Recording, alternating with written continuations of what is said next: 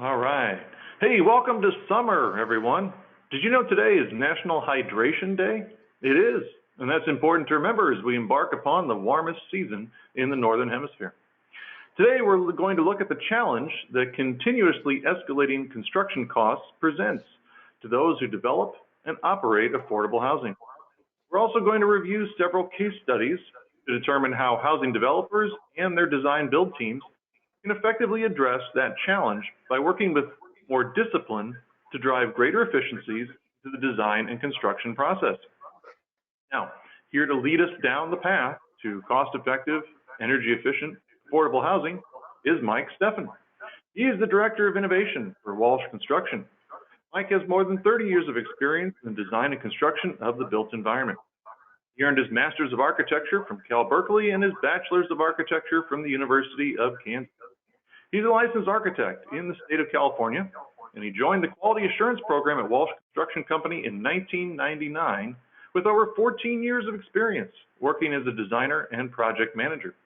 And for the past decade, Mike has worked with Walsh project managers and superintendents to develop one of the most innovative and effective quality programs in the industry. Now, before we get rolling, I need to make sure I mention our sponsors for this webinar. The first one is Mitsubishi Electric. Mitsubishi Electric promotes sustainable building through the electrification of residential and commercial heating and cooling products. Their mission is to advance technologies that reduce waste output, promote sustainable resource cycles, while increasing energy efficiency and eliminating dependence on fossil fuels. Next, we have Panasonic Healthy Indoor Living Solutions. Panasonic is helping builders across the country differentiate themselves with powerful, code-compliant, and cost-effective indoor air quality solutions that provide a safer environment for home buyers. As a leader in insulation and energy code testing across the United States, TruTeam and Top Build Home Services offer innovative solutions which align with their commitment to protecting the environment. They're also innovative leaders in building science, offering a number of services designed to help builders apply building science principles to new home construction. Hold on a second, I lost something on my screen here. And finally, we also have Huber Engineered Woods. Sorry. Apologize for the glitch here.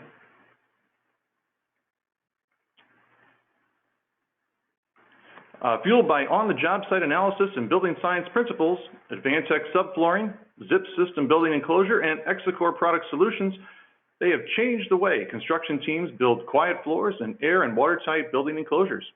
Learn about their new Exicor line of magnesium oxide panels at www.huberwood.com. Now, we're going to be taking your questions after Mike's presentation, so just use that questions box that's probably on the side of your screen to send in those questions. I'm going to review those and pose them to Mike during the Q&A time at the end. Now, here to provide even more context on today's topic and guest is the one and only Sam Rashkin. Hey, welcome everyone. I want to just take a few minutes to tee up today's presentation. As you know, Mike is part of the Housing 2.0 Thought Leader Series, and I believe one of the most important presentations you may hear this year. In Housing 2.0, our program makes a promise that every builder who has the opportunity to, through optimization, to extract 30 to 70% cost savings and added value by applying the framework of best practices we discuss over a 6-week workshop. And Mike, as the Director of Innovation, is living proof when you have the right person at the helm, that can happen. And it's such important kind of findings and results that Mike has developed through just aggressive approach to innovating and optimizing his product. There's so few builders in the country I've observed, and I've traveled and observed tens of thousands of homes under construction during my tenure with Energy Star and Zero Energy Ready Home. And this is truly an exceptional case of a builder truly getting high performance for lower cost.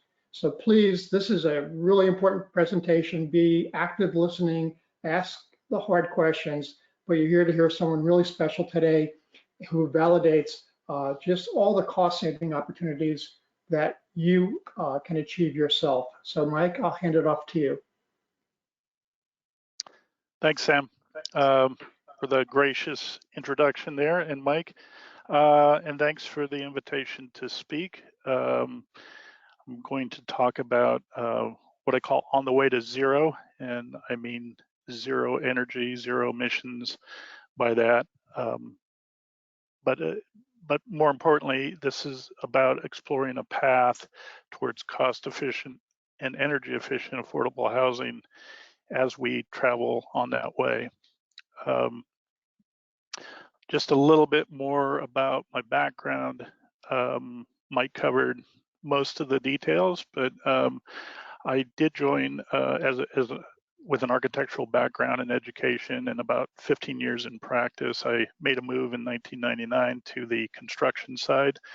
I had built or worked on a few projects that Walsh Construction built, and was asked to join and build a quality program in the company, and I did that for about 9 years, and then became the general manager of the Oregon region of Walsh for in 2008, and did that for about 9 years. And then the last 3 to 4 years, I've been focused more on project-specific innovations and more general approach of developing innovative processes to serve our clients. Our clients are mostly mission-driven people and organizations with a heavy focus in the multifamily world, and specifically in the affordable housing world that serves nonprofits and public housing agencies in the Northwest. We just have we live in a wonderful place. You can see from this bucolic setting looking up at Mount Hood, just to the east of Portland. So it's a wonderful place for us to live. We believe in giving back to our communities, not just charitably, but literally in the day-to-day work we do to help build those communities. So we've focused the business, even long before I got to Walsh. The founders focused the business on working with those types of clients on those type of projects. You can see us up here in the upper left corner of the country. We have a headquarters in Portland with a big office and operation up in the Seattle Puget Sound region. We also have smaller offices in Tacoma and Vancouver. And for those of you, this is more of a national presentation. I do want to clarify, we are not the Walsh construction that you may see around the rest of the country. I'd like to say we're fairly large, but there's a huge Walsh based in Chicago and does work around the country. They're more focused on commercial and infrastructure type work. So we're the Walsh out of the Northwest. So the setting for the talk here is that we fundamentally need more homes, and I will argue we also need better homes. Everyone's aware of the affordable housing crisis, so I'm not going to go into that in much detail. But I do want to stress that in addition to affordability, we need better performing buildings. They need to be durable, healthy, comfortable places to live, and importantly, they need to have a lighter impact on the environment and the climate crisis that we're experiencing. We all know that buildings contribute a lot to the problems with the climate, and what we do with building homes has a lot to do with mitigating those impacts. So I'm going to bring those themes together here, hopefully in the next hour, and really go through a path. It's not the path, but it's a path that we've explored to deal with those issues, how to provide more homes for the limited resources we have and to do them better. I'll spend a little bit of time framing the issues, a little bit about affordability and the nature of cost right now with construction. Don't really have time to go into the climate change issue, but everybody's familiar with that or should be. But it's part of the frame. And then I'll talk mostly about how we might address those issues, particularly through energy efficiency, which is a topic that has been much discussed and thought about over the last decade or so, or even longer. But I'm going to talk also about the notion of cost efficiency, which I think is a topic that doesn't get a lot of attention, and it needs it because it can help us achieve the other goals we have for these projects. And then I'll close with some discussion of a few demonstration projects that serve as case studies of the application of some of these ideas we have. To open the framing, I'd like to talk here about the Orchards at Orenco project. This is a project we built basically over the last decade. It's a multi-phase project in Hillsborough, which is the one of the suburbs west of Portland. 167 units of affordable housing total over 3 phases. Our client and great partner on the project, Reach Community Development, a leading nonprofit in the Portland area. They came to that project nearly 10 years ago with a goal to achieve passive house. And we started design on the first phase in 2012 and finished construction of the third phase in 2018. So it was quite a lengthy process. And here you can see a site plan. This is right here in the lower left corner is the light rail station at the Orenco station for the Portland light rail system. So it's a great transit-oriented development. The first 2 phases were anticipated or were executed as workforce housing, and the third phase is a family housing project. The first phase is 57 units of workforce housing in about 57,000 square foot building, finished in the summer of 2015. I mentioned Reach had the goal to achieve passive house certification, and we accomplished that with Wy'East using the PHI standard that was in effect at the time. And the building has a measured EUI of 21, which is a great performance in actual performance. And at that time in 2015, we were able to build that project for $159,000 a unit, which when we did the math represented an 11% cost premium above the typical project that Reach it was building at the time. It wasn't, they don't build code minimum.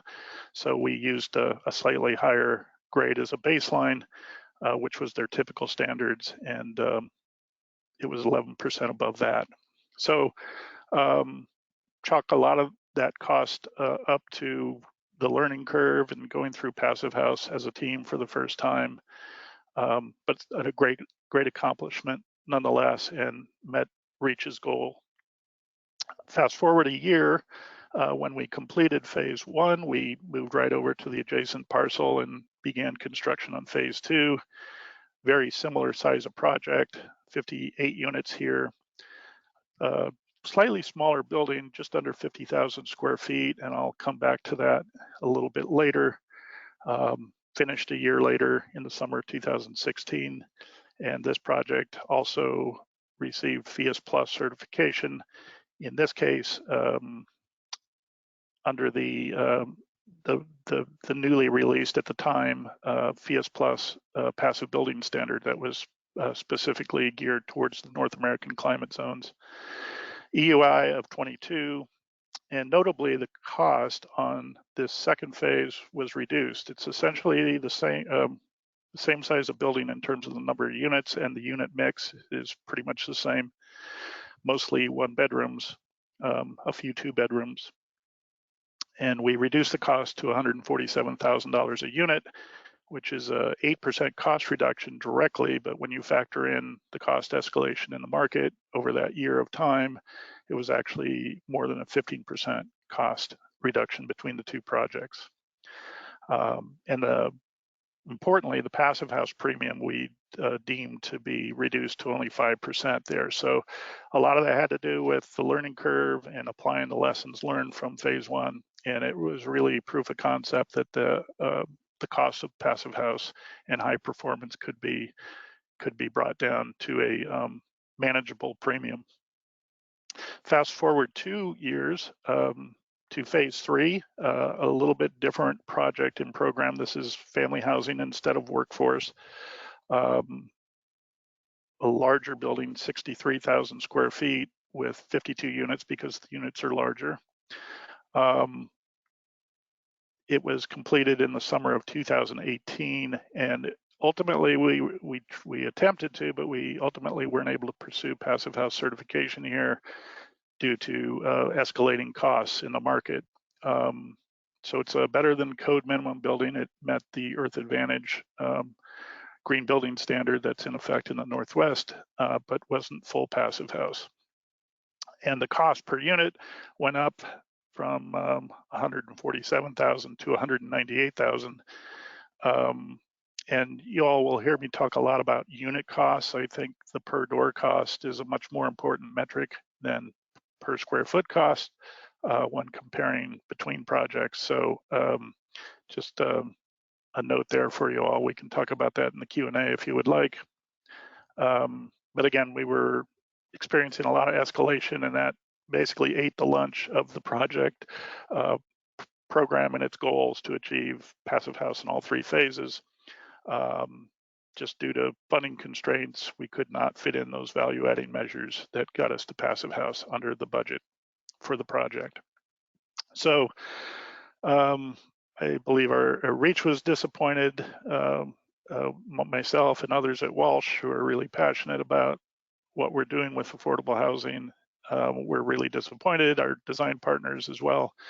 So it was kind of a bummer. And that set us on a path to kind of fix that problem if we could moving forward, so it didn't happen again. A little context on cost. These are some charts from Ed Zorinsky, who's a leading national construction cost analyst.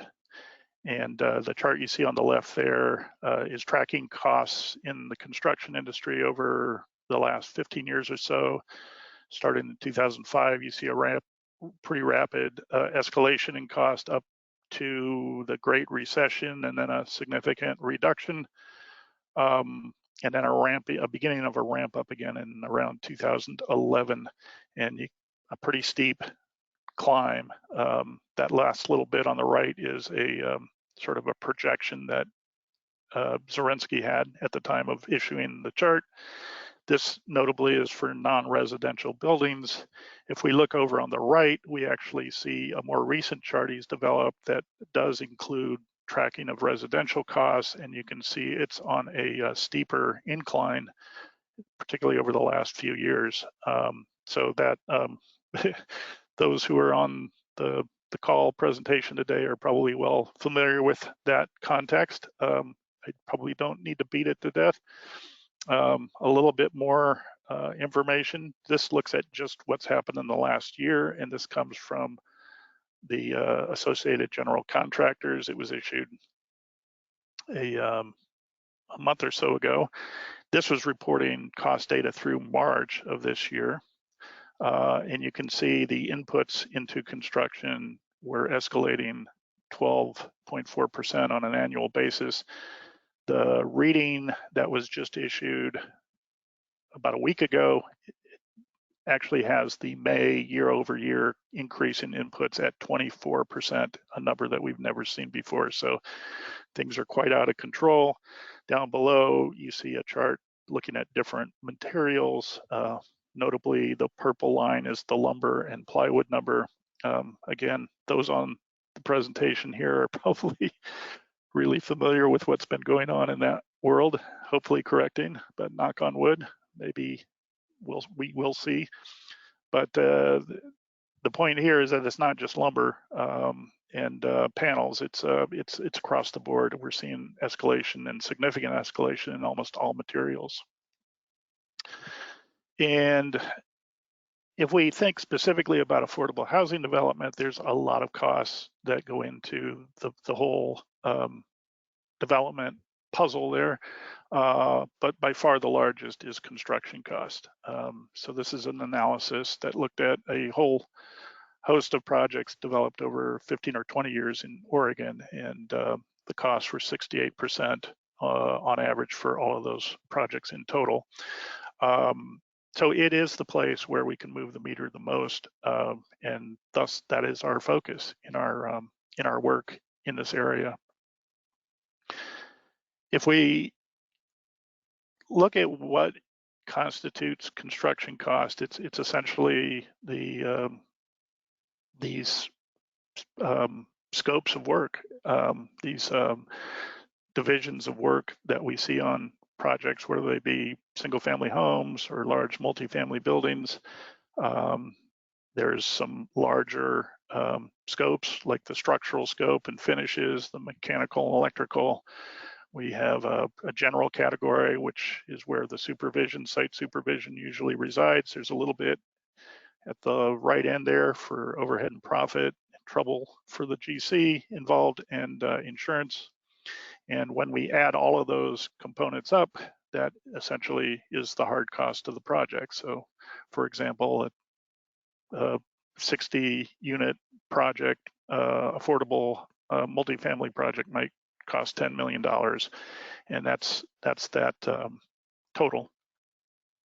Now, if we are thinking in terms of how can we deal with this wave of escalation and just ongoing cost adds to projects, how could we as teams working together conceive of a way to reduce cost significantly?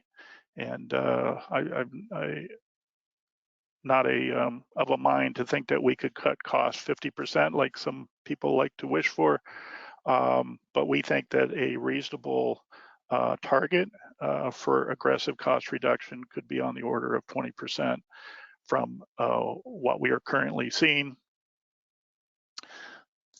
The purpose in the context that we work in affordable housing, our clients are not looking for the absolute lowest cost building or project. They are looking for the highest value.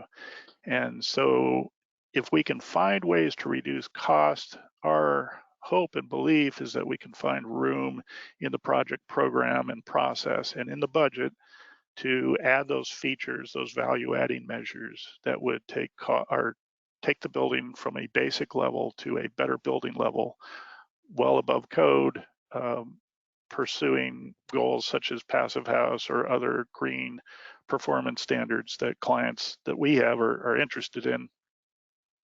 And also, you know, we're not talking about really bare bones buildings. We're talking about buildings that have amenities that add value and character and life to the building. So again, the notion of reducing cost on that 20% order of magnitude we're talking about is to create room that we may be able to include features. For example, you know, amenity features, finished quality features on the exterior or the inside of the building, better claddings, better flooring inside the building, more durable materials, or balconies on the buildings, roof decks, and those types of amenities.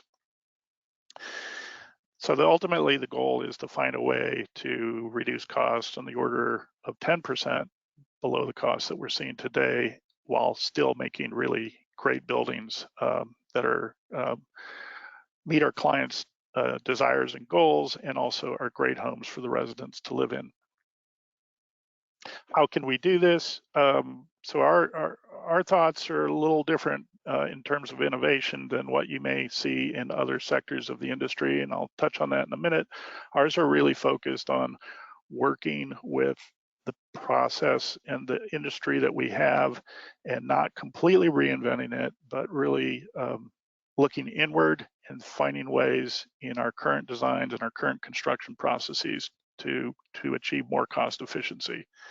So we've developed a set of ideas we call cost efficient design and construction, or CEDC for short. And it's a set of principles that we promote applying to the overall design of the buildings and to the subsystems. We promote using more standardization, repetition in the buildings, and prefabrication where it makes sense. There are a lot of places where it makes sense, perhaps some where it doesn't. Also utilizing economies of scale when we can, and that's more of a function of the particular site that you're working with, the zoning overlay, financing availability and such, but certainly larger projects, greater number of units will tend towards more cost efficiency. We've also opened up the lean construction toolkit and pulled out some of those tools, not the whole, we didn't empty the toolkit, but we pulled out some select tools. One I call optimizing the widget. You know, the widget you can think of if you're designing and building schools, your widget is your classrooms or your gymnasium, perhaps. If it's a hospital, it's your operating rooms and patient care rooms. In a multifamily building, it's your unit plan. And so we really focus on developing the most efficient unit plans as the basic building block to creating efficient building layouts. And you'll see an example of that a little later. More integration, deeper integration between the design and building team, earlier involvement of key partners, and even bringing the subcontractors in much earlier than is normal to get their ideas and their buy-in to what we're trying to do with the design and with the budget. Using target value design, which is in essence the notion of estimating a project or a scope of work that before even doing the design. An owner comes with a site and a target cost for a project, and what could you do with that particular site, with a particular building type? Where would the costs break down within a building that would meet that budget that the owner has defined, and use that target value estimate at the beginning of the project as a guidepost for designing the project. And then just generally eliminating waste wherever it occurs in the process. That can be with your building materials, certainly, but it also extends to the design process and the construction management process.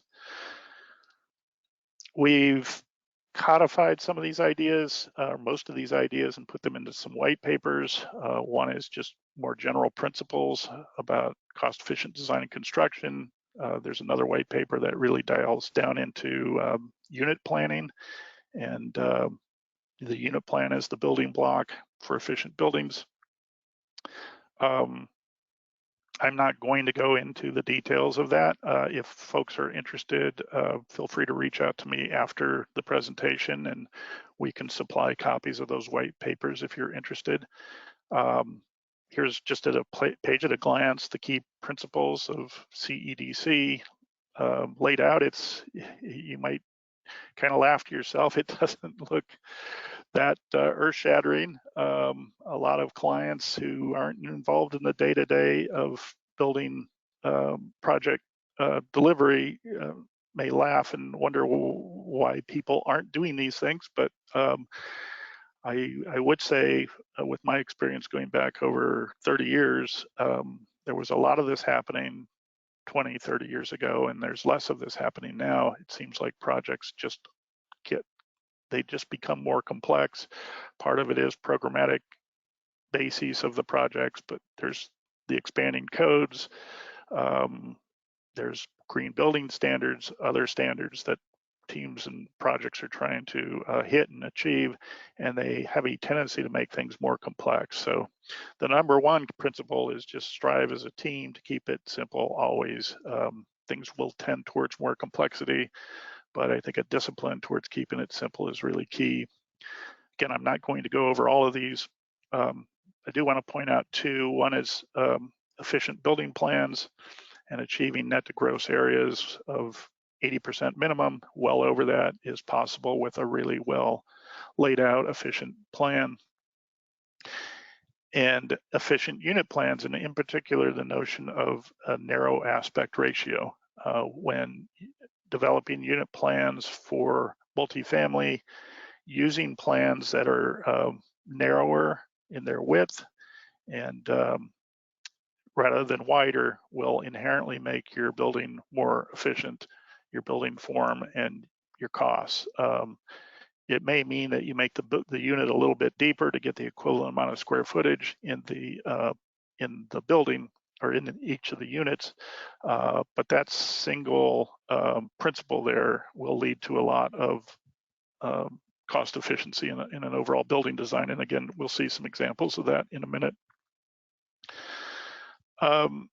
We can also think of a multi-unit residential building as a assembly of components and systems. And we have a thought that in this process towards more standardization and optimization, we can take those elements that are in the left column and really work towards cost efficiency in those systems through first standardization. And the nice thing about when you standardize is then you can tweak or optimize. Tweaking is just another word for optimizing. But we also recognize and acknowledge that buildings are different. They should be different. The site's different. The program's different. And so we're not talking about a process where we fine-tune a very efficient building and put it on different sites. We acknowledge the building itself, the massing, the form, how it meets the street and interacts with the neighborhood will always be unique and needs to be. That doesn't preclude the idea that those elements on the left could not still be standardized much more than they currently are. And so we have this idea that upwards of 80% of the building could be much more standardized and optimized while still acknowledging an increment of the building that will need to be customized and unique. I want to sidetrack here just for a minute to mention, or just to share a thought that my observation is the industry has a tendency to look to the horizon for solutions as if the solutions aren't near at hand. And a couple of examples is modular construction. Another one that's been certainly in the press a lot over the last few years and is vertical integration, notably pursued by a large enterprise that will remain unnamed right now, but an enterprise that was unsuccessful, and I would argue probably for good reason, because I think vertical integration is actually a flawed idea in construction. Modular has certainly some benefits. We have executed modular on 3 projects. We have tried to execute modular on 4 additional projects that ultimately went to site build because of the lack of success of pursuing the modular process. We've been very open to it, but we have yet to see where it delivers cost savings or schedule savings. We are seeing where it is schedule competitive with site build, but we are certainly also seeing where it is more costly than a site build project. I will acknowledge that in certain markets, particularly very, very, very expensive coastal markets, there are places where modular can be cost competitive, and those are the markets where it is being used. That doesn't necessarily mean it's a solution for everybody, because really the issue there is not with the delivery system, it's more with the problem and the pricing in that particular market or those particular markets. So I would ask, what if instead we looked in the mirror at our current processes and rather than throw the baby out with the bathwater, look at what's not working in our current process and fix those things. But keep the things that do work well in our process. And I would call that a process of focusing more on continuous improvement and less on the notion of disruption. I would argue that construction is a risky business as it is, and undue risk-taking with certain technologies or processes just add to the risk of the process. And if they don't deliver value at the back end, the notion of disruption is not really adding value in most instances that I can see. Whereas I think a focus on continuous improvement can add incremental value everywhere along the way. And that's what you'll see, I hope, that I illustrate here. So it's really this notion of evolution and not revolution is, I think, the path forward to meeting our goal of better homes and more homes. As an example, we can look at unit plans. I mentioned they are essential as the basic building blocks of a multi-unit residential building. These are the unit plans from our orchards project. So the phase 1 here on the left, phase 2 on the right. This is the phase 1 typical unit plan. It's a 1-bedroom home. You'll notice it's very wide. There's a corridor here and a corridor here. It's a very wide 1-bedroom and shallow. And as we went into phase 2, we as the builders suggested that the design team and the owner consider a more narrow unit plan that is a little bit deeper. And we had a hunch that that might produce better results in terms of cost and performance. You'll see here just the simple metrics on that change. Is that the vertical enclosure for the apartment is reduced from 340 square feet to well, it's reduced 20%, basically through that simple move. In a passive house building, the enclosure is a very expensive component, and so reducing that not only saves cost, reducing it also improves the performance because you have less heat loss through the skin of the building on a per unit basis. Notably, each unit comes with a piece of common area as well, or the corridor system. So this is the half of the corridor that is associated with this unit. That's 32 feet wide. In this case, it's 23 feet wide. So that simple change actually reduces the common area or the corridor system 32% in square footage. So the corridor is a less expensive component of the building, but it still all adds up. And particularly when you've reduced it by that quantity, those savings are significant. Just looking at the comparison on a building basis with that change, this is a diagram, plan diagram of phase 1 at the orchards. And you can see here that the amount of building area per unit that was built there was just over 1,000 square feet, 878 square feet of enclosure or skin per unit, and we were at $159,000 per unit. This is the diagram of the phase 2 project.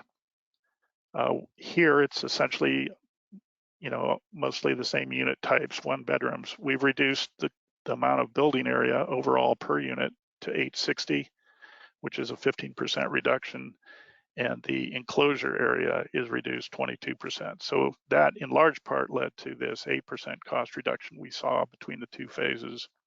There were other things that contributed, but by far it was the area reduction and quantity reduction that led to that savings. So that's just an example of optimizing the widget of the unit plans. There's all these other areas that can be explored for optimization, and we are in the process of looking at each of these as we work through projects. This just is a quick example of the framing and drywall optimization. It would be surprising probably for some of you to hear that many buildings are set up with a floor-to-floor height that doesn't lead to the use of standard drywall panels. But we promote that the floor-to-floor should be set such that the drywall scope of work can be implemented with the drywallers just coming in and putting a 4-foot panel and a 4-foot panel above one another that fits in right underneath the ceiling drywall, and there's no cutting and there's no waste. So those are no material waste and then no cutting. So that's a labor waste.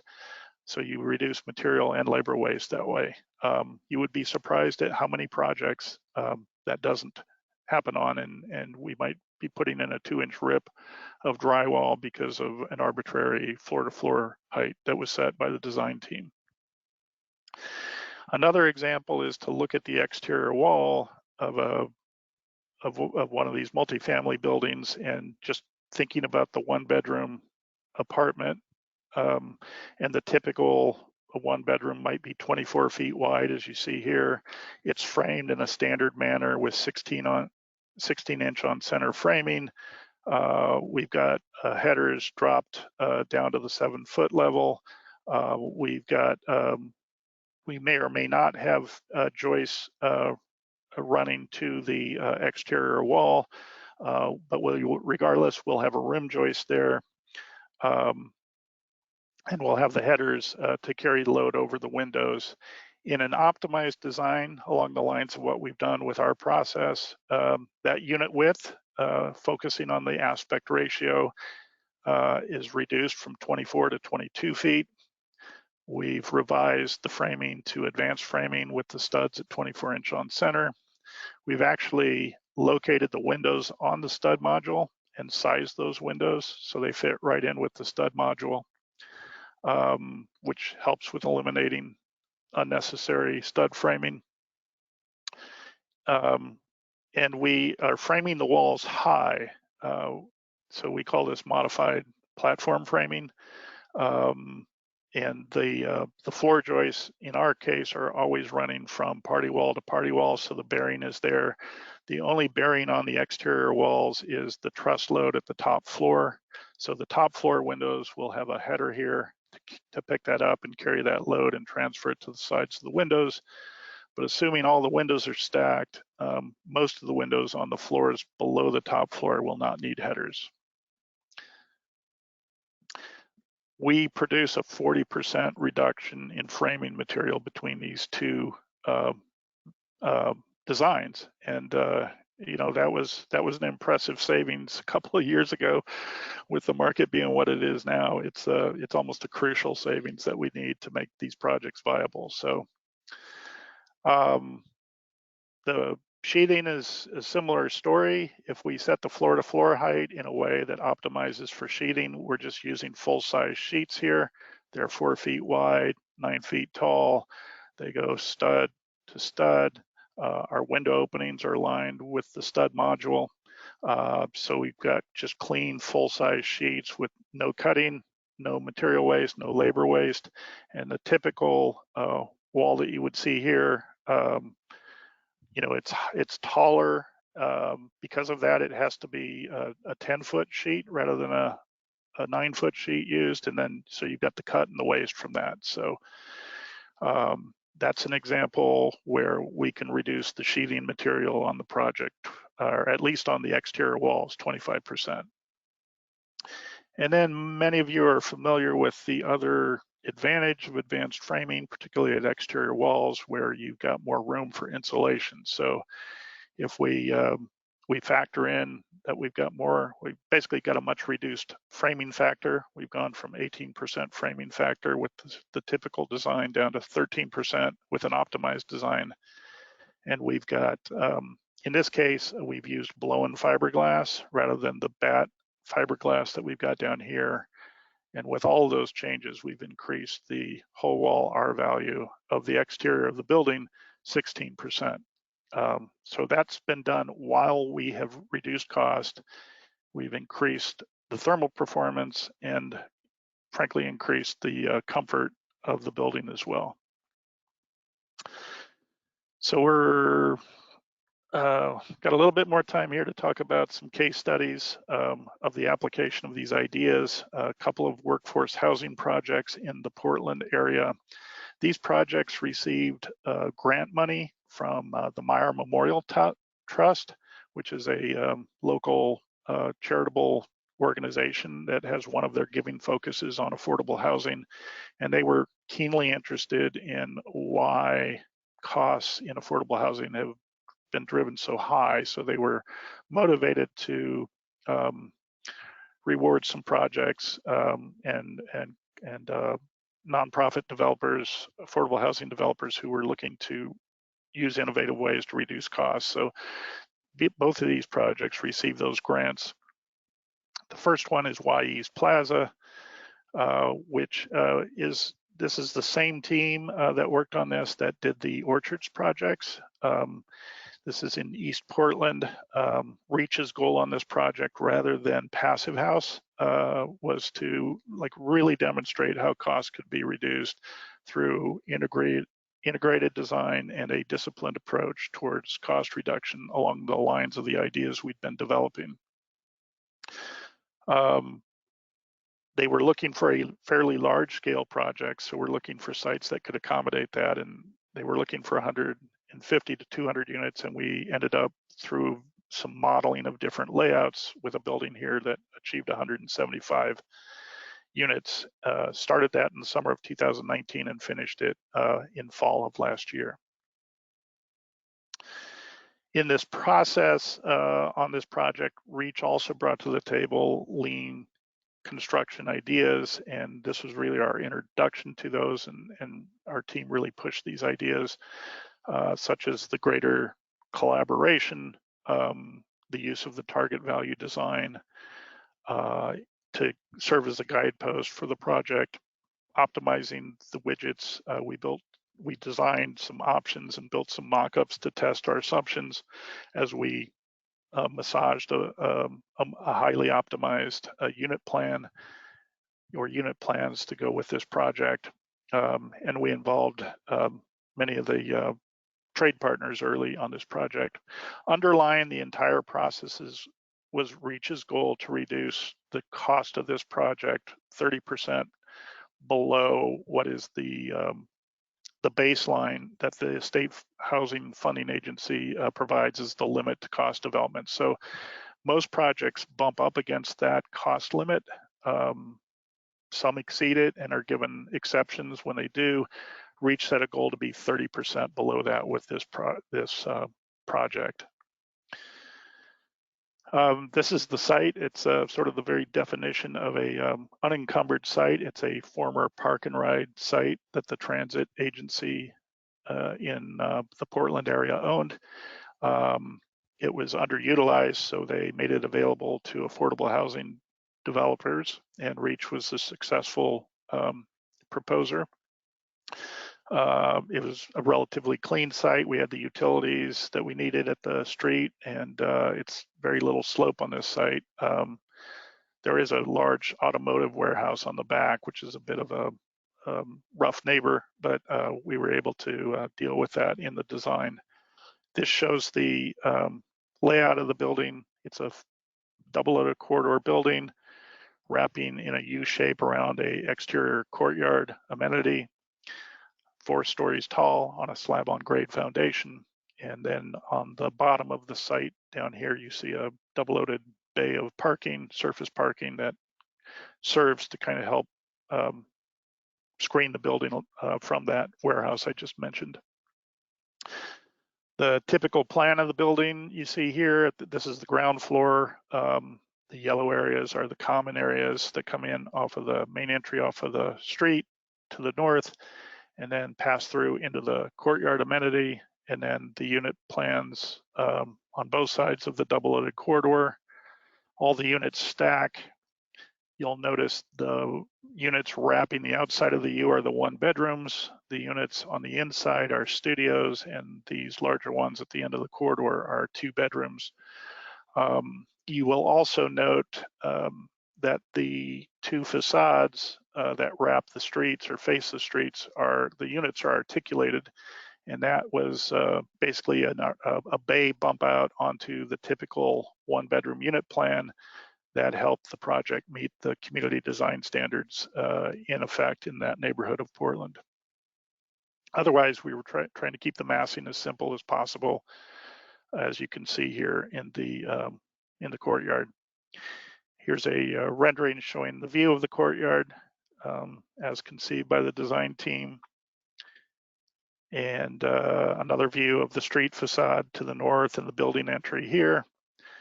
And this is just like a fiber cement, nicely detailed and with some good coloration to add interest. This is the exterior expression of the building. Here you can see the results of our process. We reduced the per unit cost on this building to $111,000 per unit.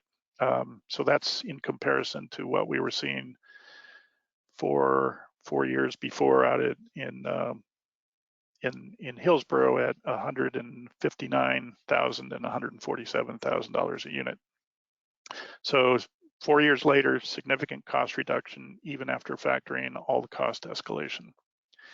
And very cool was that Reach, in their total development costs, was able to reduce those costs to 39% below the target that they had set. Their goal had been 30, and they ended up at 39% below that with their total development cost.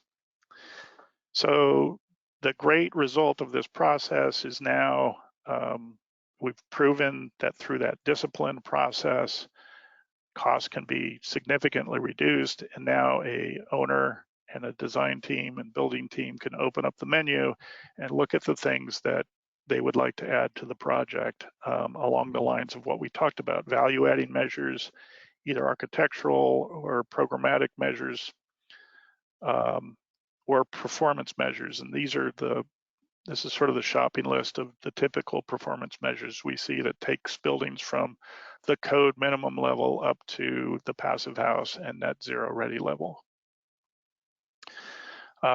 Let's say we were trying to achieve passive house or zero energy ready.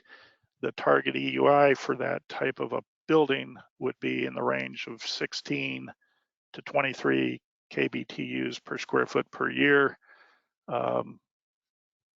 16 if you want to be zero energy ready, 23 if you want to be passive house. So that's sort of the range that we would be shooting at.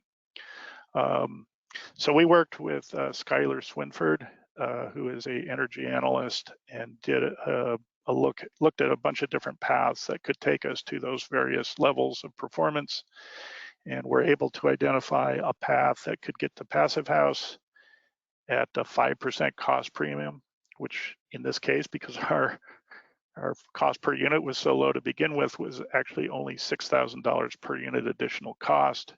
And we identified a path to get to net zero ready at for only $15,000 per unit additional cost, which represented a 13% cost premium. So Reach chose on this project only to implement some of the value-adding measures, such as PV and window upgrade on the project, and an insulation upgrade in the attic, but didn't go the full passive house in the case of the project due to where they were with their funding at the time we completed the study. This is a view during construction showing the light frame 4-story building. In context, over on the left, you can see the light rail system, which again, this is another transit-oriented project. A little drone photo from above showing the rational optimized framing system. And this is the finished product with taken probably the last clear day before last fall, before we saw 6 months of gray skies and rain. So I'll just wanted to talk for a minute about the Bury building, which not going to go into as much detail as Wy'East, but it's important because it proves that the process is replicable. We implemented or worked on this project roughly the same time as Wy'East. It was done with a different developer and a different architect using the same ideas. This is Northwest Housing Alternatives is the nonprofit we worked with here, and MWA Architects. Slightly smaller project, 159 units here, roughly the same unit mix, mostly 1-bedrooms, some studios and a few 2-bedrooms, and roughly built the same time, started a few months earlier than Wy'East.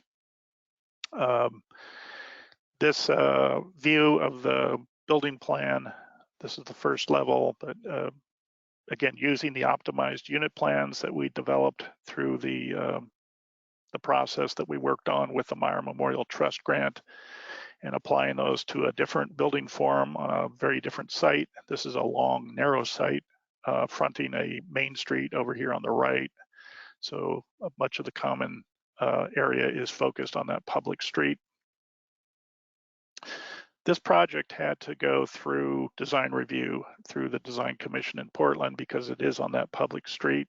So there were some material quality upgrades that were given to get it through design review. So we've got brick cladding on most of this building, just generally a slightly higher level of finish, I would say.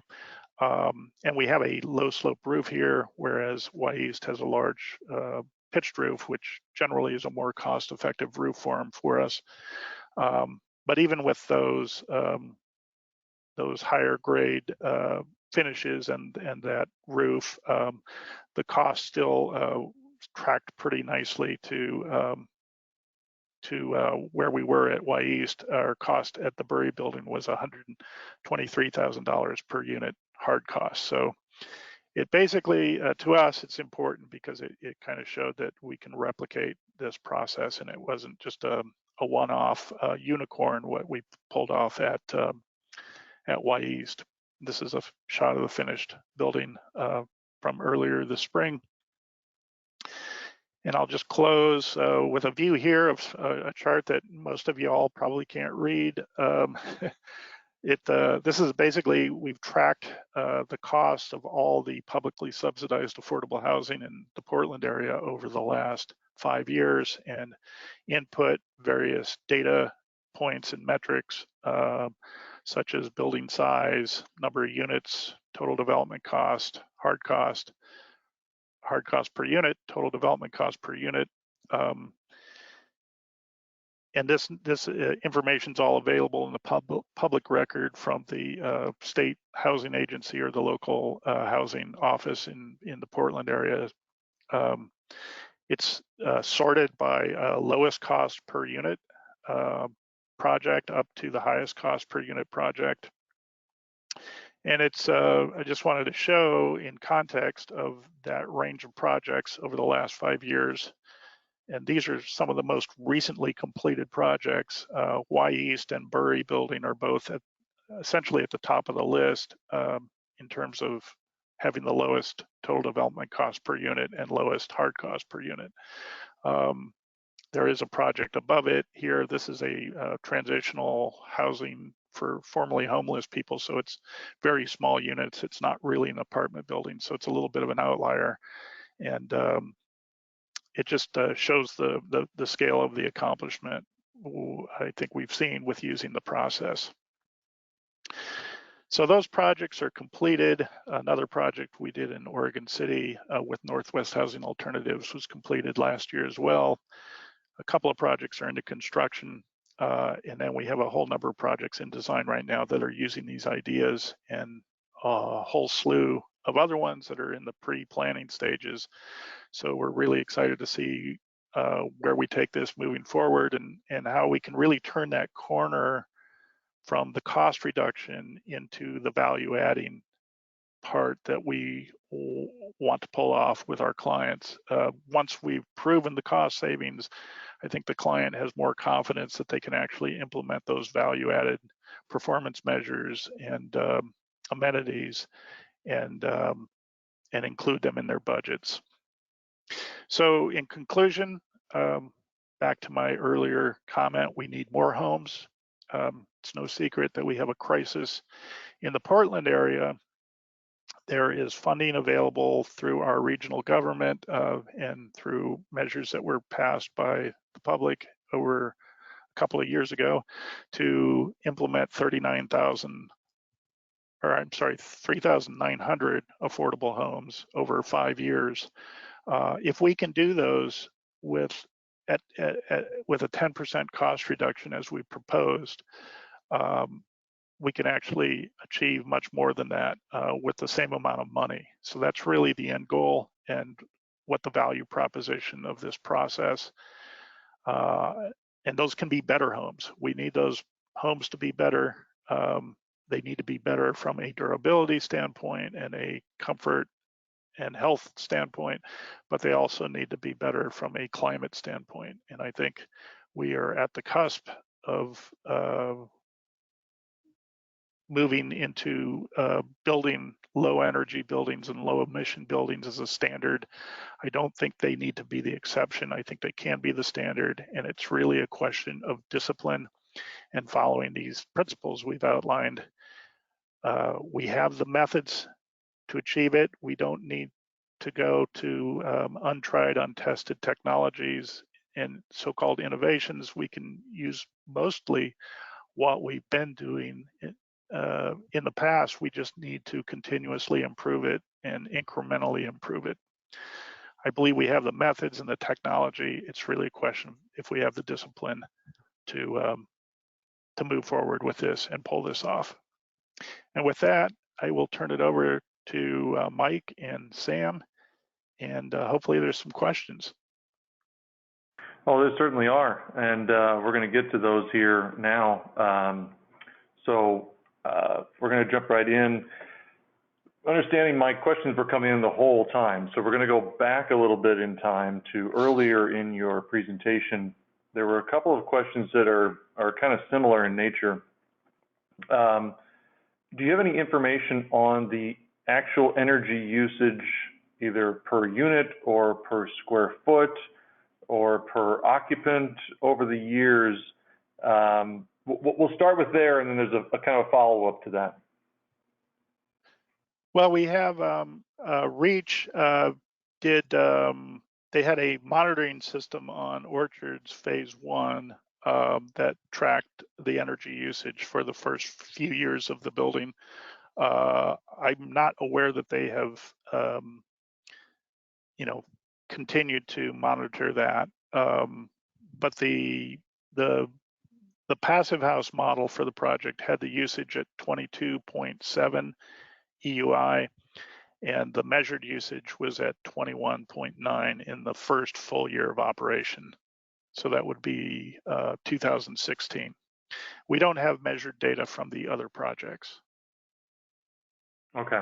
Well, that was kind of where the follow-up question was coming from, was how does the actual energy consumption align or not with the projected usage? So at Orchards Phase 1, there were some weird uses that were hard to figure out at first, but there was a lighting system in the exit stairs that was to be controlled. I'm sorry, it's not the lighting, it was the heating system. The stairs were inside the passive house envelope, but they were intended to not really be actively heated, but just to be maintained at, like above freezing temperature. And it turned out that the controls for those stairwells were not functioning properly, so that those stairwells were heated at full, temperature per the interior. So there was sort of a miss on the model with those areas, and I believe there was excessive usage at the elevator compared to what was modeled as well. All right. You talked a little bit about the material pricing, and you showed the curve, where it was going, it went down a little bit, then it's been rising. I'll ask you, do you feel material prices might start to come down a little bit in the next 1 to 5 years? Well, nobody really has the crystal ball. We can assume that lumber prices will come back down to earth. They've certainly shown a turn already at the futures level. We haven't seen much of that yet at the lumberyard level, certainly at the home center level, but it should come down. I think the new normal for lumber is going to be somewhere between $500 and $1,000 per 1,000 board feet. It's not going to go back to the old bottom of 250 to 300, but it's anybody's guess where it's going to where that new range is going to be. And it wouldn't be surprising to see it spike again up above 1,000 once it gets down below it. I think a lot of the other cost increases we're seeing, particularly related to plastics and adhesives that tie in with wood products and other materials, I think that's a lot of that has to do with the disruption to the supply chain, not because of COVID, but more from the storms down in Texas and the southern states, where a lot of that production happens. And then certainly COVID's had its own impact across the board with various materials and such, and with this shipping supply chains and such. So, you know, I think we're going to see impacts of that certainly through the end of this year. And my hope, and I guess my guess would be that next year we see much more recovery and stabilization of prices across the board. So lots of questions here, Mike. I'm glad you're able to stick around with us because, you know, people are very interested in what you've got to say. Kendall asked, you know, beyond the design that you've got for efficient construction and energy efficiency, how do you take other operational elements into consideration, such as water use or water conservation or waste generation or waste management? You know, those two aspects of operations we haven't really zeroed in on much. I mean, we are definitely using water saving fixtures and such. We're sort of in the middle ground, I would say, on those, both in terms of cost and performance. We're not going for the highest performance water saving fixtures. But it, you know, if a client were interested in that particular aspect of performance, we could do that, and that would be sort of the menu. It would be a feature that's available to them now because of the way we've saved costs through the other discipline of the process. So I hope that answers that question. A different angle on that, having to do with operations cost, is having to do with the efficiency of the building form and layout. And a lot of our partners and clients build these buildings. They really strive hard and secure the funding to build these buildings. And that's a feat in itself, but then they have to operate the building. And so maintenance costs and you know, repair costs and renewal of materials over the long term are high cost for them in terms of life cycle, and quite often they're not well funded to be able to take care of those costs. So another value in the efficiency that I've been talking about is that it reduces quantities. So that same quantity reduction I talked about between phase 1 and phase 2 of the Orchards project actually translates to life cycle cost savings in addition to the first cost savings, because they've got, for example, less common area to, you know, to light and to heat and to cool, you know, every day, to clean. When they have a unit turn, there's less flooring, there's literally less wall square footage to paint. So those aren't huge numbers all at once, but when you add them up over time, and the fact that they have to, they have those costs over the life of the building, there's other incremental savings that comes from this efficiency approach. Okay. We had a couple questions on the topic of steel. First of all, on one of your slides, you talked about avoid steel. Yes, it is possible. Does that include steel reinforcement in concrete? No, it doesn't. And what I really mean there is that in general, with affordable housing, we are building with wood, and we are building, you know, low rise to sometimes mid rise. Rarely are we building high rise, so it's usually a wood frame structure. Wood frame is the most economical structural material to build with, so it lends itself to cost efficiency. There's a lot of things one can do with design to limit, or in large part eliminate, the need for steel in a affordable housing structure. There are certainly many things that one can do with design that is going to impose the need for steel in the building. And one of those is another thing on the list of principles, which is to avoid cantilevers. Cantilevers are an architectural element. They can be a functional element in some cases, but they add complexity and they add cost, particularly in a wood frame building. So in general, the idea would be to avoid cantilevers because that will allow you to eliminate steel. There's a couple of reasons to eliminate steel. Steel is expensive, so that it just as a raw structural material.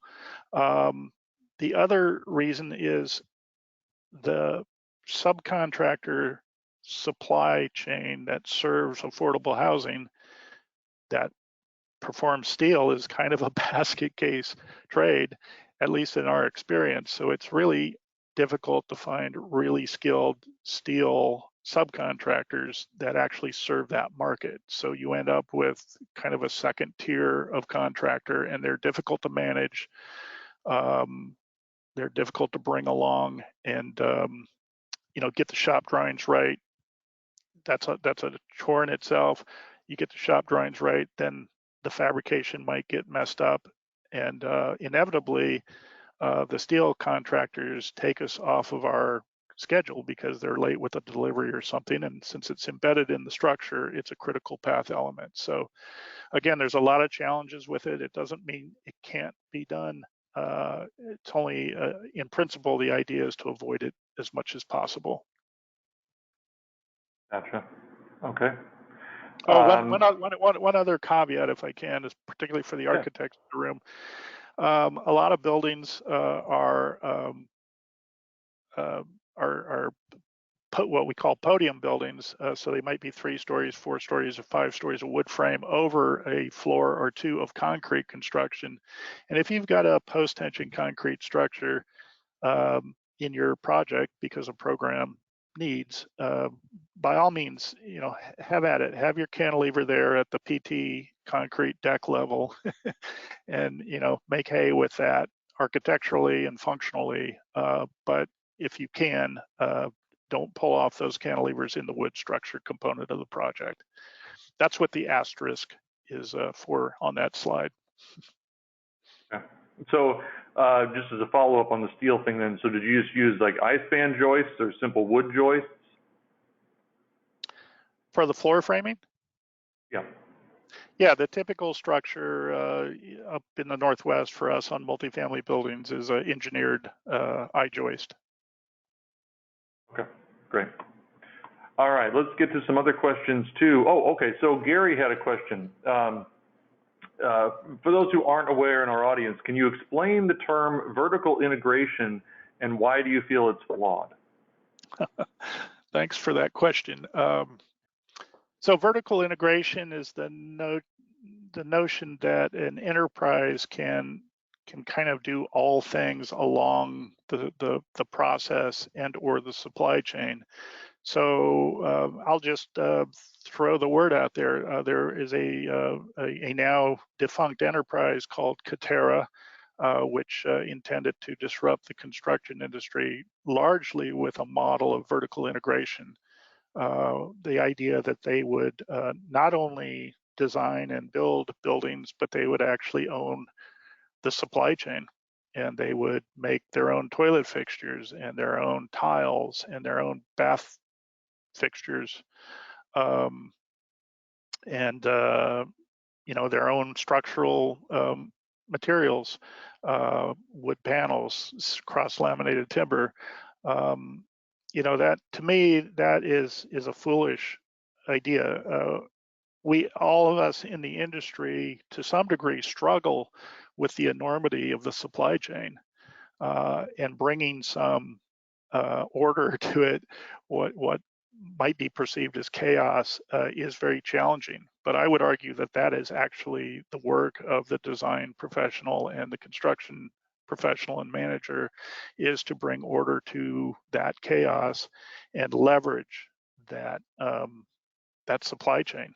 that local, yes, global, yes, supply chain, because at the end of the day, you don't want to be stuck putting in your company's toilet fixtures into your project, because your company's toilet fixtures might just be the best toilet fixture this year, but I will bet next year they won't be, because that's just the nature of the industry. Different manufacturers develop products, they hit the market right. If they don't hit the market right, then they go and fine tune and make a better product, and then that's the product that you want to use. A great low flow toilet fixture right now is a Niagara product, and I don't want to be working for a company that has to buy a crane product if the big enterprise owns that. So the value proposition to vertical integration is that you can cut out middlemen and you can sell product to yourself and not have the markup on it. But I just don't believe that's true, because even within a single corporate enterprise, the subsidiaries need to make their cut, or they're not viable to themselves. They're just not there to serve the other parts of the enterprise. So I think that was a flawed concept in the context of what Katerra was trying to do. It doesn't mean that limited amounts of vertical integration couldn't add value, but certainly, that big, highly disruptive idea of vertical integration, to me, is just counter to how you actually achieve and deliver value in the construction industry. Wanted to keep the topic on costs for just a little bit, if we could, Mike. So Robert had a couple of questions. We'll start with this one. In that every project truly differs and costs are always changing, is comparing cost project to project really of much value? Another great question. Yes and no. Because ultimately it's all we have to compare between projects. But to the questioner's point, every project is different, is unique. You could build a very disciplined, highly cost-effective project on a very difficult site and have a very high cost just related to the horizontal, the site costs of that project. So every project is different. Most of them are highly different, and comparing between them can be a bit of a foolish exercise. That said, it is interesting to track a lot of costs across that cost tracking spreadsheet we have for the Portland area tracks over 50 projects implemented over 5 years time.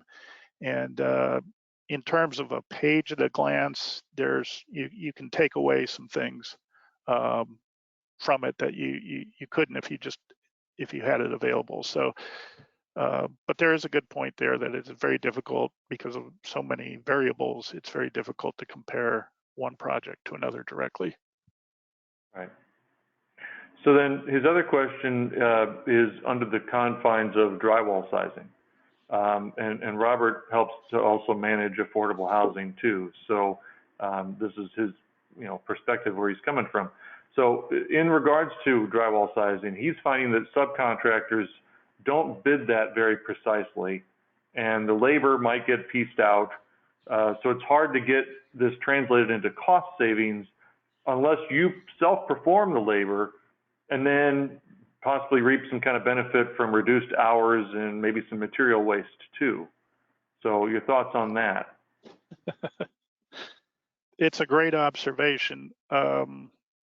The level of sophistication of the contractors that serve the multifamily industry is, in some cases, it's quite sophisticated. In many cases, it's not. And everybody's heard of square foot pricing. A lot of contractors will pick up a set of plans, subcontractors, and price a job based on how big it is, how many square feet it is, without really getting into the details, perhaps even without getting into the specs a whole lot. I would venture to say a lot of that has to do with the relationship of the subcontractor with the builder and with the design community in a given area, and what is kind of the standard.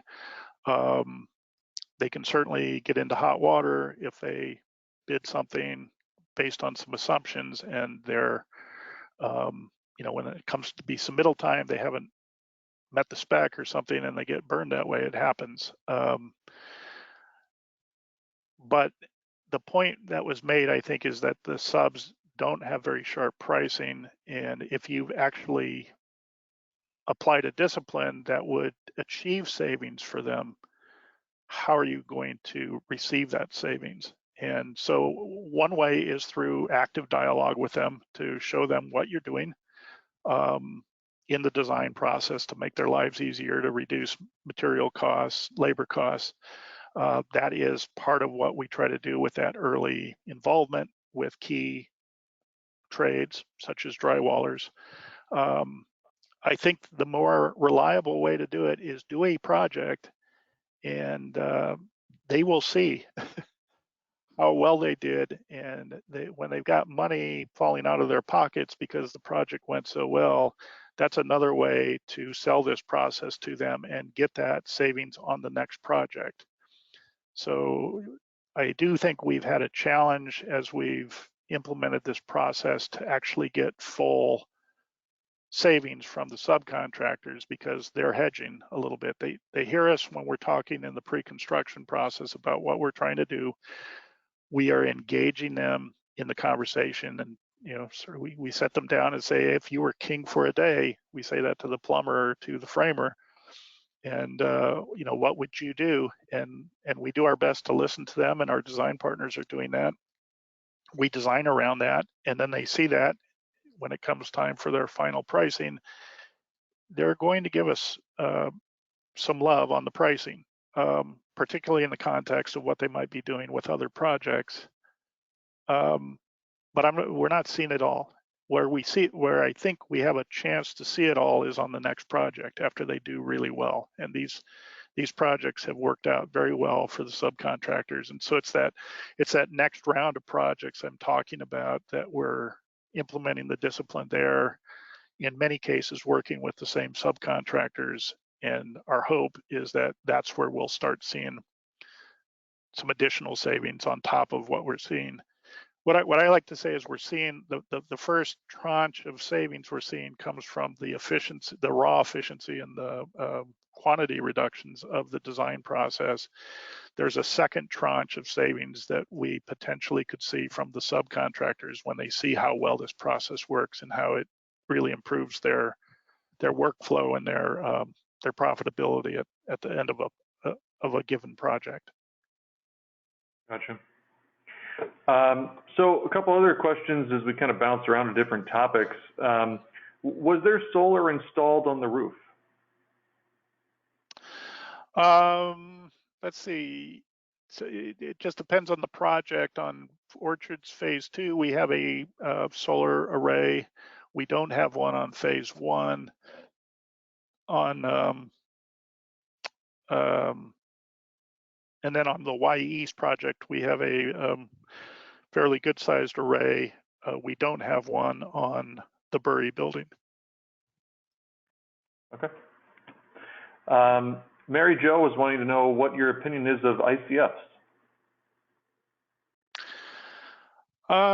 Well, for larger scale, affordable multifamily, I don't see it having a lot of validity for us in our market achieving cost-efficient designs. We did experiment with ICF on a large senior multifamily project about 15 years ago, and it was a good learning process, and it's kind of indicative of how we try just about everything, and give it a shot to see if it delivers value. And ultimately, we didn't find that process delivered it on that particular project in terms of cost or schedule savings. It is arguable that it might produce a better quality end product, particularly because of the thermal and structural soundness of the exterior. But I would argue that what we're building now out of wood is highly thermally efficient, and it's stout. Even when we're advanced framing up to 4 stories, wood is stout enough. We build generally with Douglas fir. It's an amazing structural material. It's very light but very strong, and it's very cost effective. So at least in our market, I don't see it ICF having a big value adding factor to it here in affordable housing. Okay. Couple questions on the same topic, talking about modular or prefab. So first, Ravi wanted to know how much of the wall and floor construction was prefab and how much of it was local, stick framing. And did you have any issues with craning or access? No, we haven't. All of these projects are 4 stories or less. The 2 I presented were 4 stories. So we are generally able to handle those without cranes. The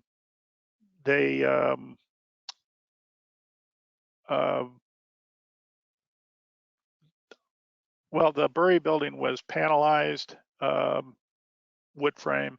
The other projects were all site framed, stick built. We believe that panelization is a really great use of prefabrication and has a lot of applicability. At the same time, we work in markets that are not well serviced by framing subcontractors in terms of there being a lot of large framing contractors that can handle these large projects. So we, as a general contractor, don't feel like we are in the business of insisting that a framing contractor uses prefabricated panels or not. So we leave that up to the framing contractors to determine.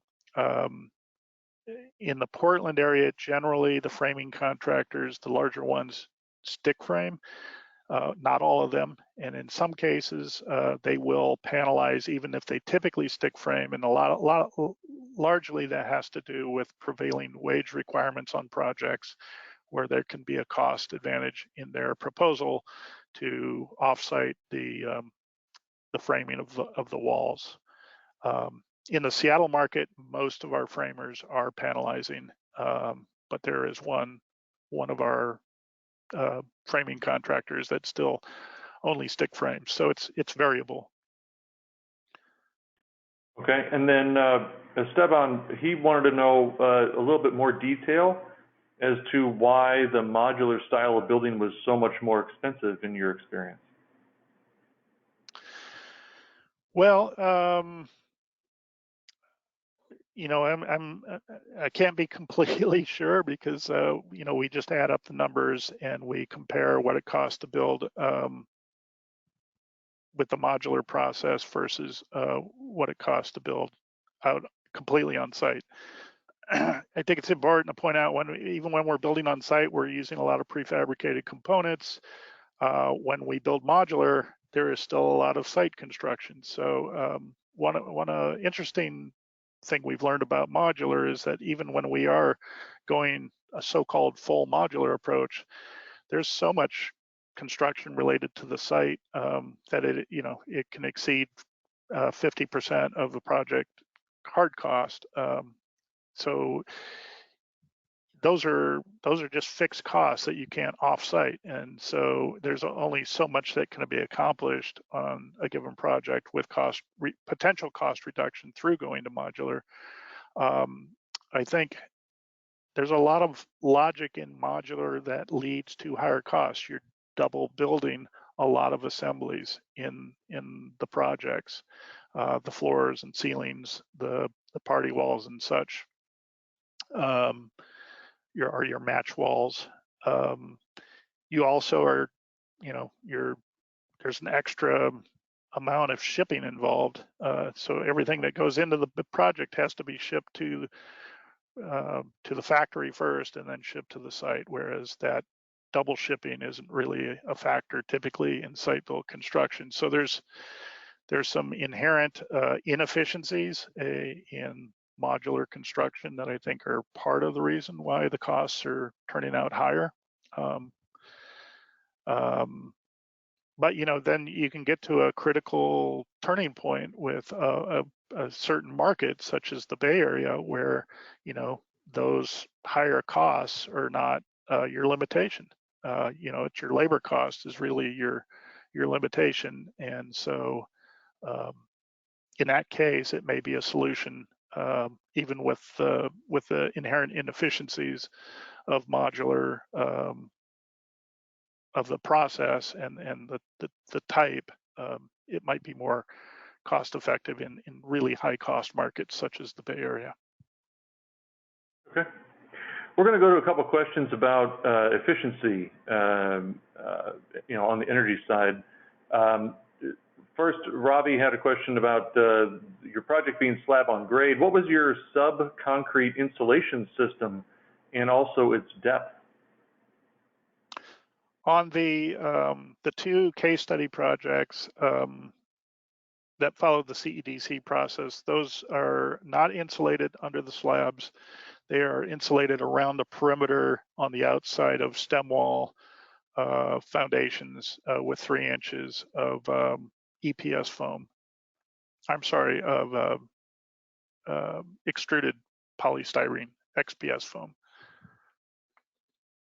Okay. And then he also wanted to know the passive house. I'm sorry, the passive house the passive house projects are fully insulated under the slabs. We had 4 inches of EPS foam under phase 1 and 2 inches of EPS foam under phase 2 of the passive house projects at Orchards. And then Robbie wanted to also ask about your opinion on glass curtain walls. Are they energy efficient in the long run?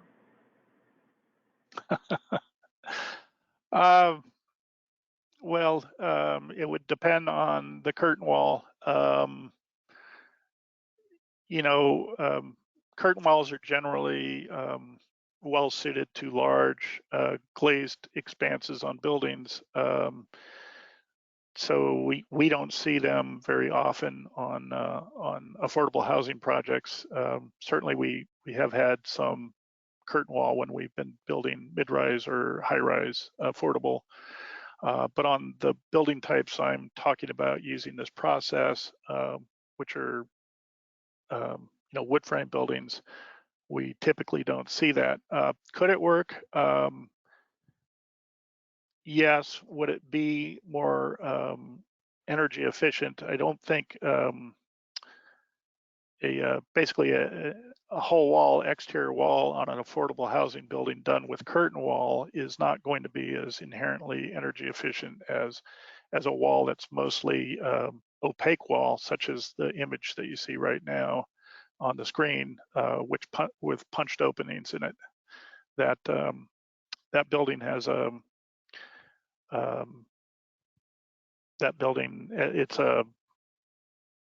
that's an 8-story building with a concrete, or I'm sorry, it's a 7-story building with a concrete frame structure. It has a exterior wall that's insulated with 3 inches of exterior insulation and fiberglass windows with triple glazing. So that's going to be a much more energy efficient wall, I believe, than a curtain wall. I'm assuming you're talking about an aluminum curtain wall system.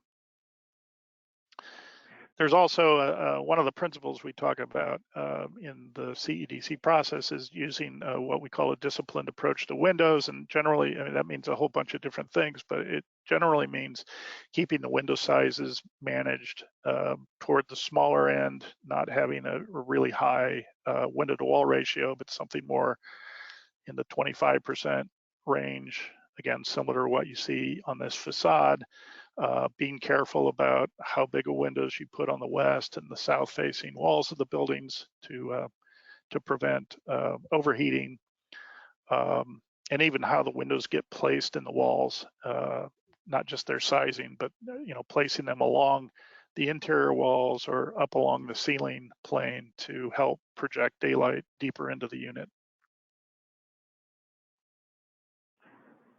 I wanted to switch now to talking a little bit about questions about the occupant.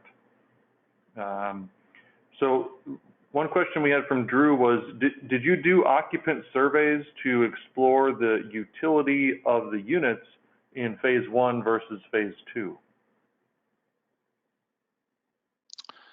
No, there have been no like post-occupancy evaluations done on the projects that I'm aware of. Okay. And then Francis wanted to know, how are residents trained to live in passive house buildings? Well, it's a good question. It takes a lot of management from the developer, owner of the building. So Reach has tenant manuals that go with each of the apartments, and then they essentially, when they have a move-in, they train the tenants. The main things at the orchards really has to do with understanding what there's a green screen in the lobby that basically just tells how much energy is being used in each of the apartments, and kind of tells them when they come into the building how they can interpret what they're seeing with that.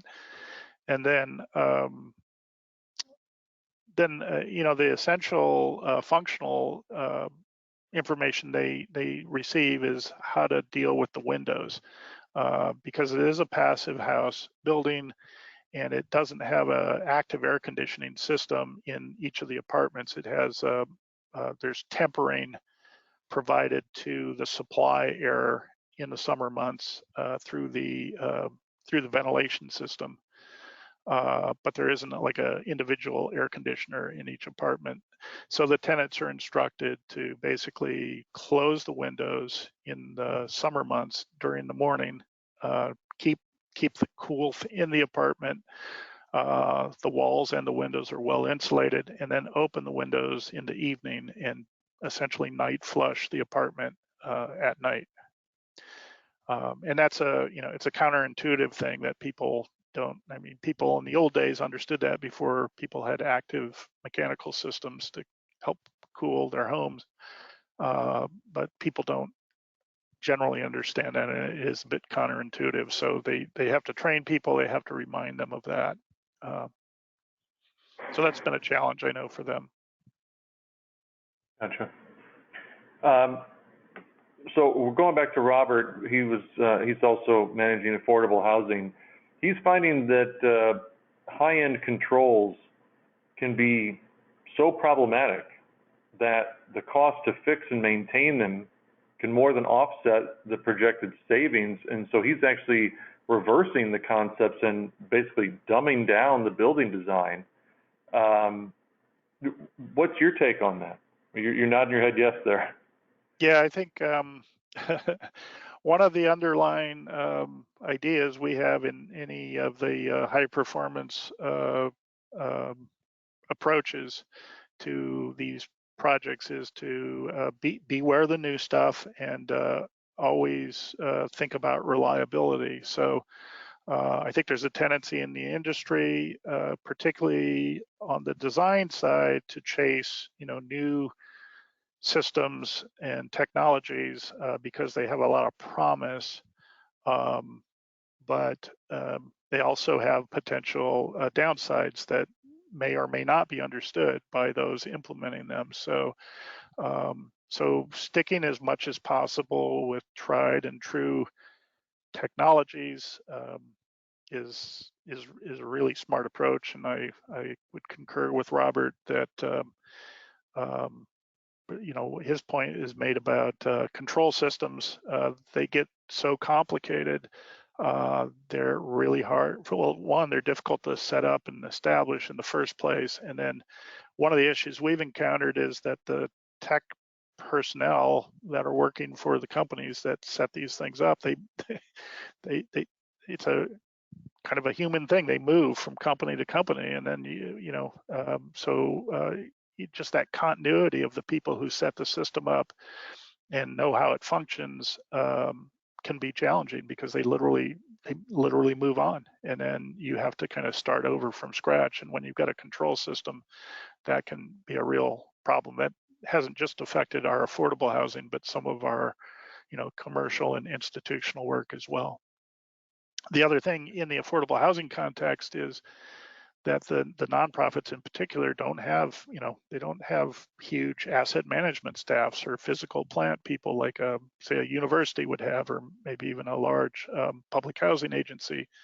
So you got to be careful about what you put into these buildings if it's got a huge operational or maintenance overlay associated with it. So yeah, it's important. The ventilation systems that are going into buildings now with heat recovery can be really challenging from a maintenance standpoint and a control standpoint.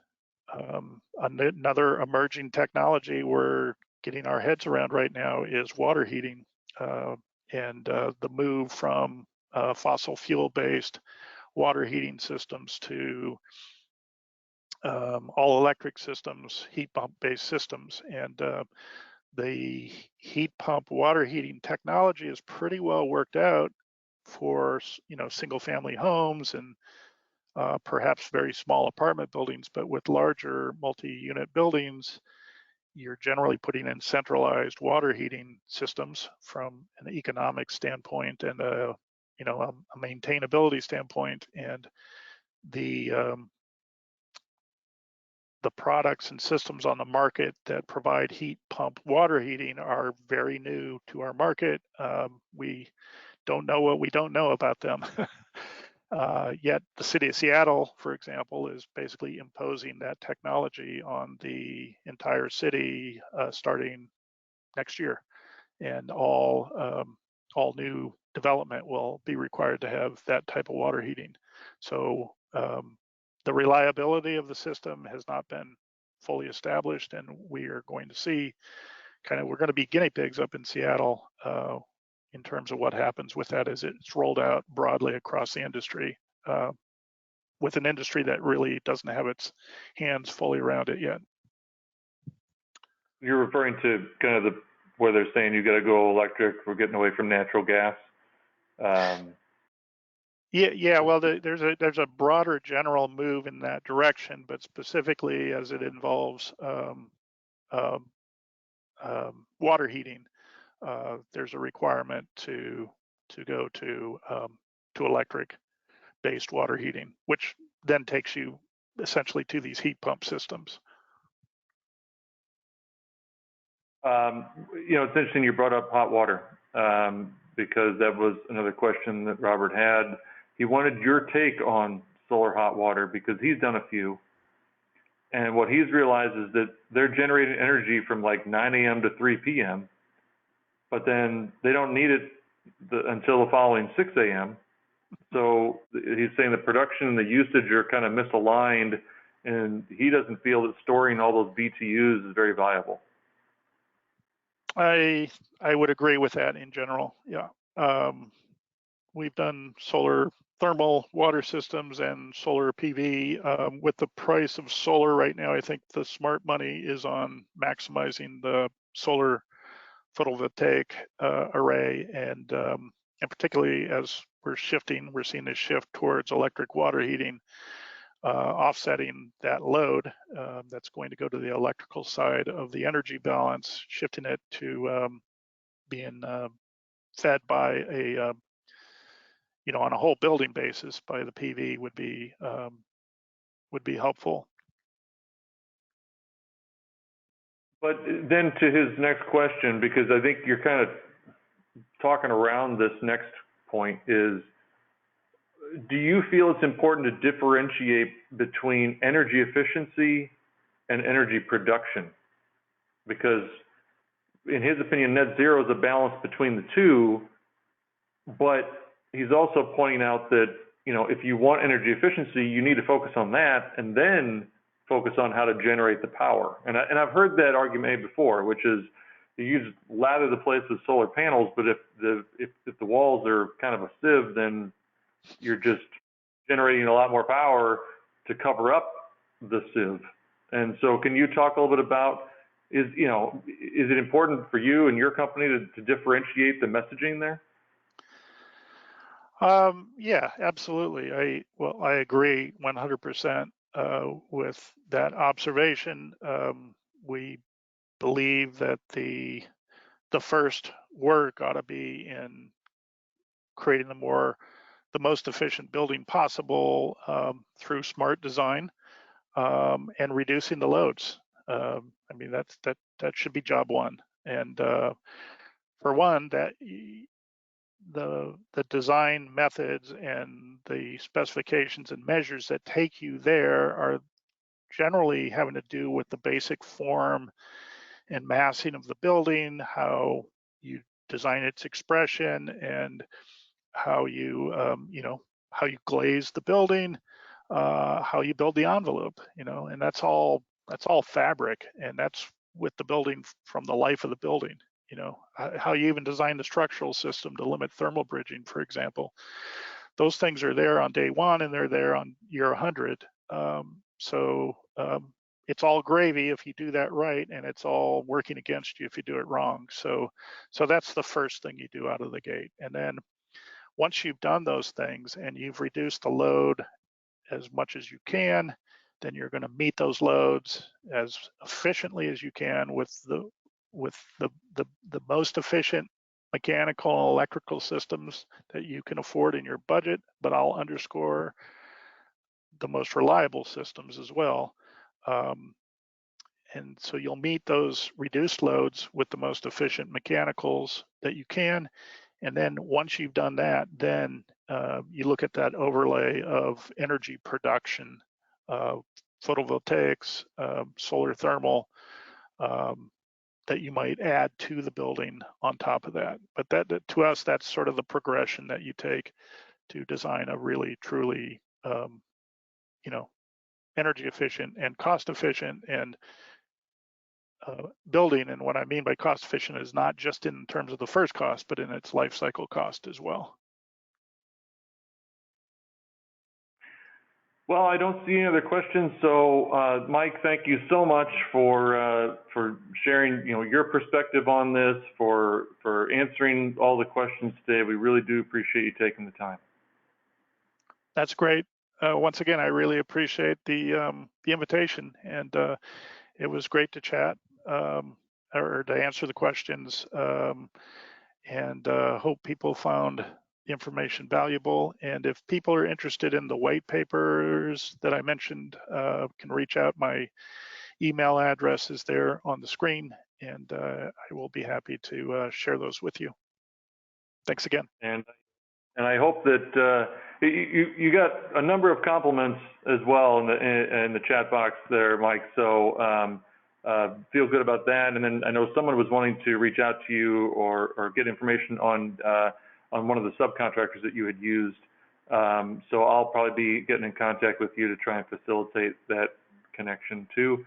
But without our audience, we wouldn't be doing this. So thank you, audience, for attending and asking all those wonderful questions.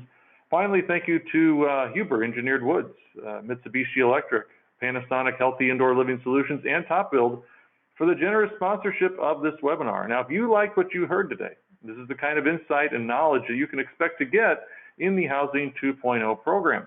For more information and to register for the upcoming Q3 workshop series or Q4, either one, Q3 starts in September, Q4 starts in November, please go to www.greenbuildermedia.com/housing-2.0. Our next webinar will take place on Wednesday, July 14th at 2 p.m. Eastern Time. We're going to be talking about resilience with Matt Power of Green Builder Media. Until then, have a very happy and safe 4th of July. Take care, everyone.